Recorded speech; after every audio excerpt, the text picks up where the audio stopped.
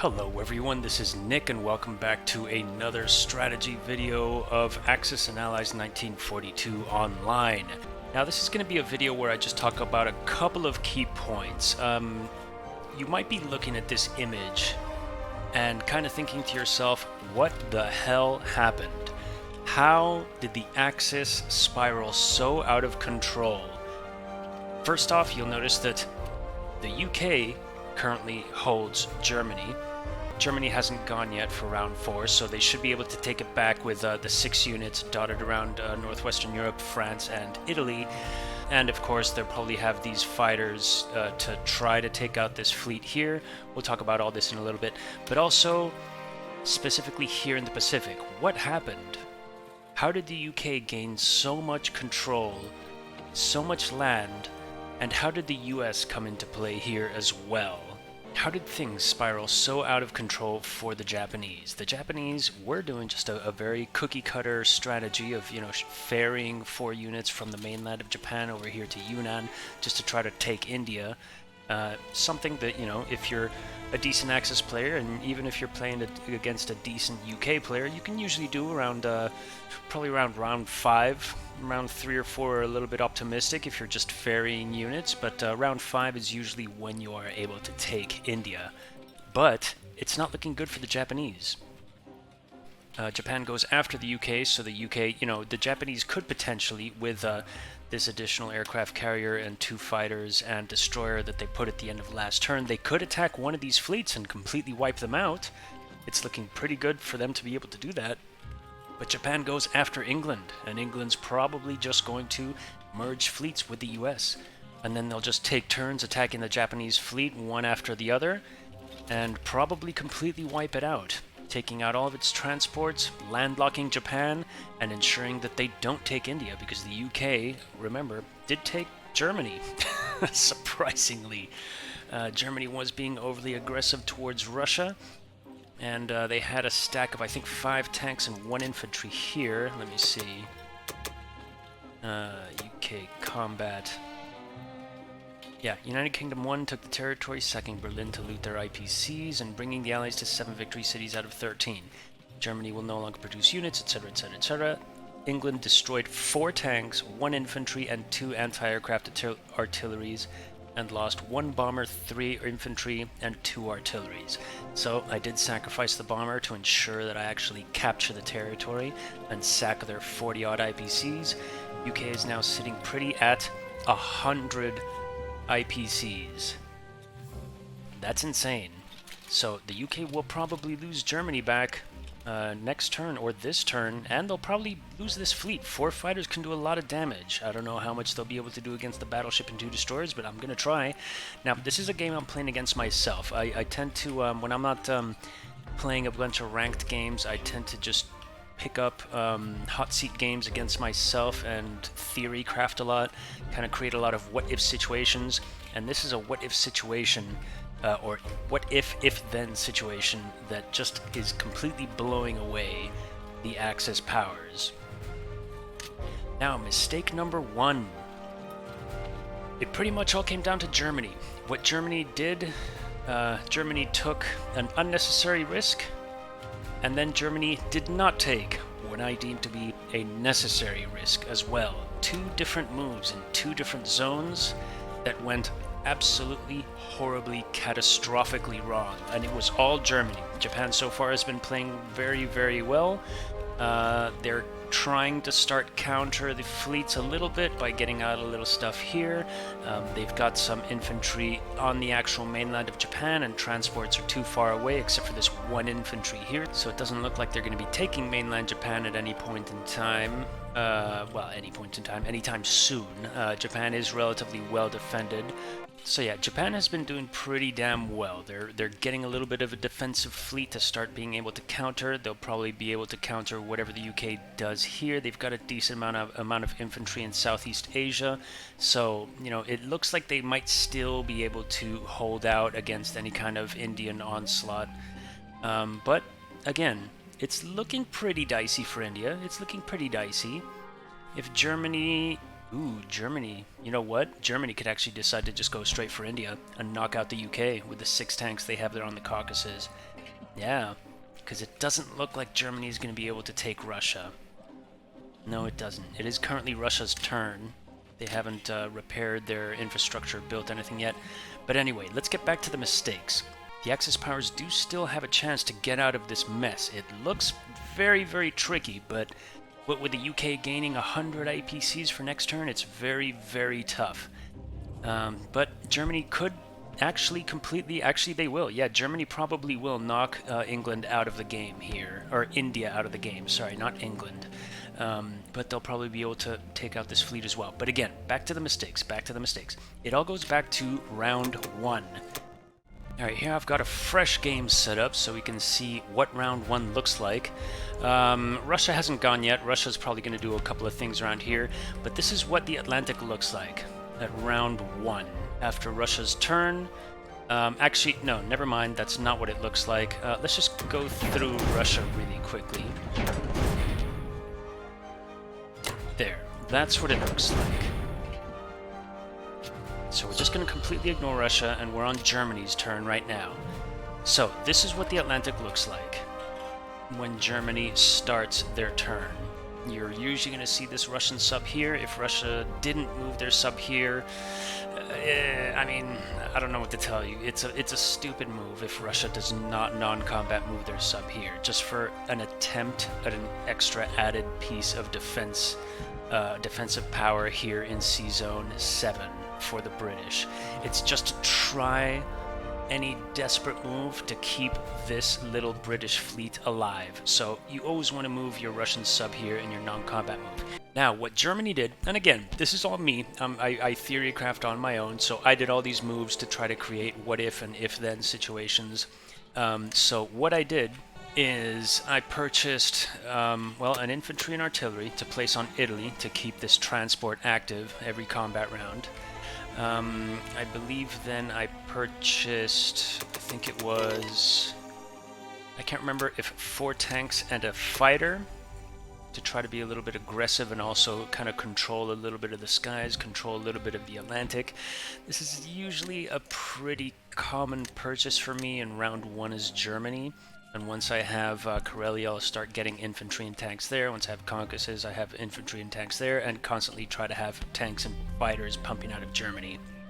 And I usually try to get an infantry and an artillery on Italy every turn as well to keep this transport active and constantly hitting either the Ukraine if the Russians take it back, or the Caucasus if we're trying to fight them there, and if Russia takes it back as well, just keep that transport going over and over and over.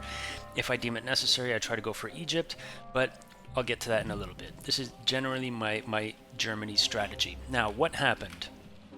You have 2 moves here, basically, with the units you have. Let's just get out of the purchase phase. Now, what I tend to try to do is take this cruiser here, this submarine here, these 2 subs, and 2 fighters to attack this British fleet in C-Zone 7. Now, 3 subs, a cruiser, and 2 fighters have a pretty ridiculous success chance against this. I think it's something like 90-ish%. Let's check really quick. There's this wonderful little website called Axis and Allies Toolkit by Jared Mayring, and we can go ahead and add a little scenario here. So we can have 2 fighters and 3 submarines attacking, 2 fighters, 3 submarines, and 1 cruiser attacking 1 British battleship, 1 British destroyer, and 1 Russian submarine. The transport clearly is a non-combatant unit, so it doesn't go up onto the board. If you calculate this scenario right here and use the other 3 or 4 fighters depending on what you have against Russia, or maybe this cruiser here, maybe this destroyer here, whatever you like. If you calculate this scenario, you have a 95.8% chance to win. The defender has a 2.5% chance to beat you, and it's a tiny little, 1.7% time you will draw. So just over 4%, what is that, 4.2% of not outright destroying the British fleet.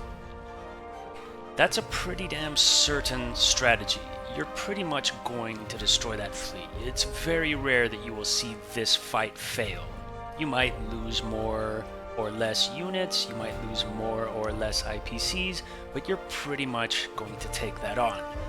Now, first mistake, Germany did not do this. Germany did this, which arguably is a decent strategy. You're trying to nullify the two transports here on the eastern seaboard of the United States. You're trying to not have them reinforce North Africa or not have them come up here to take Norway. You're basically trying to hold back or control the Atlantic just a tiny little amount. So this is what I did, which arguably is a decent strategy. A lot of people do it. You will see a lot of people doing this strategy. However, this combat here now drops in percentage. If we remove 2 submarines, it's still statistically a win, but it drops in percentage a lot. You go down to 60% probability that you will win. So 40% of the time, you will either outright lose or draw. Yeah, so 30% chance to lose and the British fleet still stands, or a 10% chance to draw where everyone loses everything. So again, 30% chance to lose, not that bad, pretty good odds, but it's not a certainty, clearly. 95% chance to win is pretty much a certainty. 60% chance to win, not so much. Now, what actually happened in round 1 when the Germans attacked Sea Zone 7? Sea Zone 7, defenders held on and defeated the attackers. The attackers lost 1 submarine, 1 cruiser, and 2 fighters. The defenders suffered no losses, which means that England got to keep its battleship, 1 additional transport, apart from the one that starts here in Sea Zone, I believe 10, yes, and a destroyer. Russia got to keep its submarine, which has been surviving throughout the entire game. So a pretty massive and crushing defeat for the German Navy. Absolutely crushing. That was mistake number 1. They did take out the 2 transports and the destroyer, but I would say that probably an arguably better strategy to deal with these 2 zones is to just risk trying on a one-on-one chance to take 1 submarine from Sea Zone 9 to 11 and aid Sea Zone 7 with 2 submarines instead of just 1. I would say that is probably a pretty good choice, just to try to see if you have a chance to take out the destroyer and 2 transports here. It's just a one-on-one battle, and if you do take 1 additional submarine from Sea Zone 9 up to Sea Zone 7, all of a sudden, instead of a 60% chance to win, you have an 85% chance to win. I would say that's probably the better option out of the 3 different strategies: to fully attack 7, to split between 11 and 7, and to split more between 7 and only 1 submarine to 11, just to try to risk taking out the destroyer and 2 transports. I would probably say that's a better strategy. I'm going to have to try that out, theory craft it a little bit. But that was just mistake number 1. Now, let's go back to what the board looks like. Now, that's the unnecessary risk that Germany did take. Now getting to the necessary risk that Germany did not take, and that involves Egypt. That's right, all of this that's happening right here, right now, in the Pacific, is because Germany did not take Egypt. What do I mean by that? Because clearly you must be saying, Nick, what the hell do you mean? What does Germany taking Egypt have to do with the British and Americans completely almost dominating all the Pacific and threatening Japan in such a powerful way? The thing is, there's a fighter here, a very important fighter. It's a beautiful little British Spitfire, and it's of paramount importance to taking on Sea Zone 37, this Japanese fleet right here. Where they've got a battleship, an aircraft carrier, and 2 fighters, pretty much bringing their total fighters in the Pacific, I believe, to 6. Let me check. No, yeah, 6. There's 1 on Japan. So the Japanese start with 6 fighters in the Pacific, including these 2 down here in Sea Zone 37. and what I would say is arguably one of the strongest strategies that the UK can do to start trying to maintain dominance over the Pacific, at least for a very short amount of time, is take out this fleet here in Sea Zone 37. Not only does it negate a whole bunch of raw force and power from the Japanese, it also enables these transports to do a little bit of legwork, possibly shipping units back and forth from Egypt, possibly bringing in some of all these infantry that are just sitting here doing absolutely nothing and having them reinforce India or Africa. You get to start doing a little bit of maneuvers around here if this fleet is taken out. So what England tends to want to do is take this cruiser, this submarine, this cruiser, this aircraft carrier, this fighter, all attacking Sea Zone 37 with one additional reinforcement, the fighter from Egypt. It can just make it there. I believe it's just 3 moves. 1, 2, 3. Yeah, 3 moves and it can make it there. So it can sit pretty on the aircraft carrier if it survives the battle. If the aircraft carrier does not survive the battle, you just dump it in the ocean, but you definitely need that Spitfire to aid in this fight against Sea Zone 37. Now, I've already showed you that there's a wonderful little website called Axis and Allies Toolkit. Let's go ahead and crunch the numbers, because math is fun. So here we go. If the British attack the Japanese fleet in Sea Zone 37 with 2 cruisers, 1 submarine, 1 fighter, and 1 aircraft carrier, it's a pretty abysmal 27.2 chance to win. That is horrific. There is absolutely no reason why you would ever want to attempt this maneuver without the additional fighter from Egypt. However, simply adding 1 fighter to the mix all of a sudden takes your odds from 27.2% chance victory all the way up to an unbelievable 57.2% chance victory. That is absolutely ridiculous. It's insane how much that changes. All of a sudden, it just completely goes into your favor. Not by very much, but it's a risk that you need to take as the UK if you wish to maintain any type of dominance in the Pacific. Not necessarily dominance, but any type of temporary control, if you will. Because if the Japanese start going pretty crazy, producing a whole bunch of battleships, it can get out of hand very, very quickly. However, if they do that, it's actually a blessing in disguise because they're not dedicating IPCs to actually trying to take India. So again, mistake number 2 was Germany not taking Egypt on round 1. Which arguably is easier said than done. It's pretty damn hard to take Egypt on round 1, because as you'll notice here, you don't have infantry in range. If you want this transport to pick this up, it can only get to Sea Zone 15. You can take these infantry and bring them in and attack the battleship and have the transport do a landing there in Egypt and bring these 2 in, but you're only attacking with 4.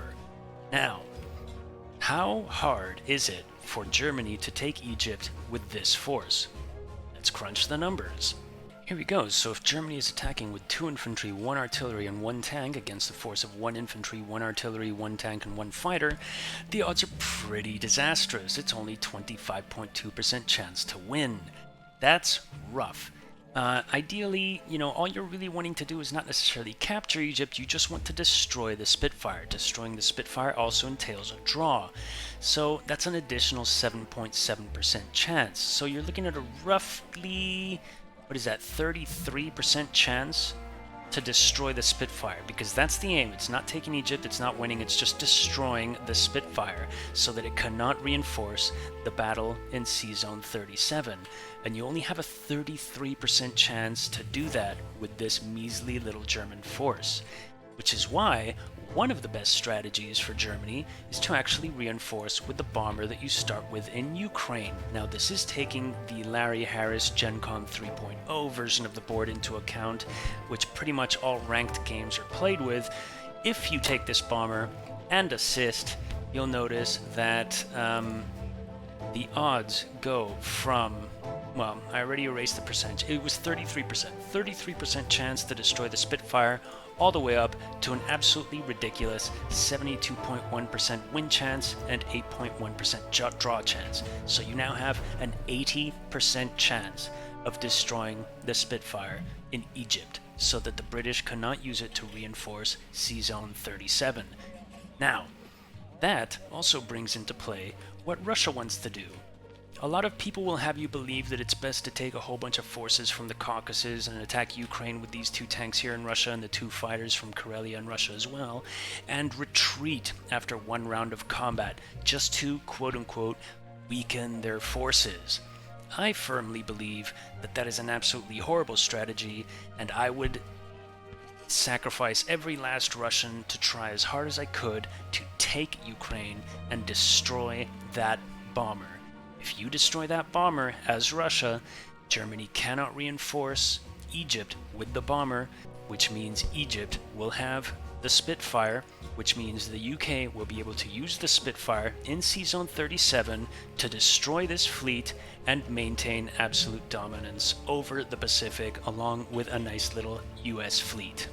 Basically creating this scenario where Japan is now incredibly pressured by 2 massive allied fleets and is all of a sudden going to have to start pumping all their IPCs into actual fleet dominance or defensive units for mainland Japan.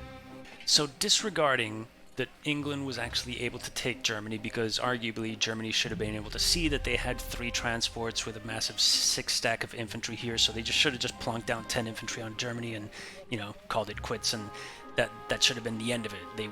The UK wouldn't have taken Germany. Disregarding what happened here, the synergy that the UK fighter on Egypt has with this is absolutely unbelievable. How 1 unit can completely change the entire tide of the game, at least in the Pacific or in certain circumstances, is absolutely ridiculous. And how 1 bomber on Ukraine that Russia desperately wants to take out can turn the tide of the outcome of this, which then in turn turns the tide of the outcome of this, which then in turn turns the tide of the outcome of this, is absolutely insane. So basically, in a nutshell, Russia wants to take Ukraine on round 1. Now that was just a quick little video. I hope you enjoyed it. It wasn't necessarily going too deep into anything. I don't feel like it did anyway, but you never know. But I hope that you enjoyed it. Pretty little fun video to showcase. I thought it was pretty funny when Germany got taken here and all of this happened. But just goes to show that you never really know what can end up happening in an Axis and Allies game. But if you do ever play as the Axis powers, try to keep an eye on the importance of Sea Zone 7 and how important it is to wipe out that British fleet and absolutely ensure that you wipe it out. And not only that, but see if you have the resources, i.e. the bomber in Ukraine, to actually take out Egypt by round 1. If you do manage to do that, you're basically going to help your Japanese partner ensure dominance of the Pacific and make it a lot easier for them to eventually take India. But once again, hope you enjoyed the video. Thank you very much for watching, and keep an eye out for a couple of more little quirky little strategy videos for Axis and Allies 1942 online.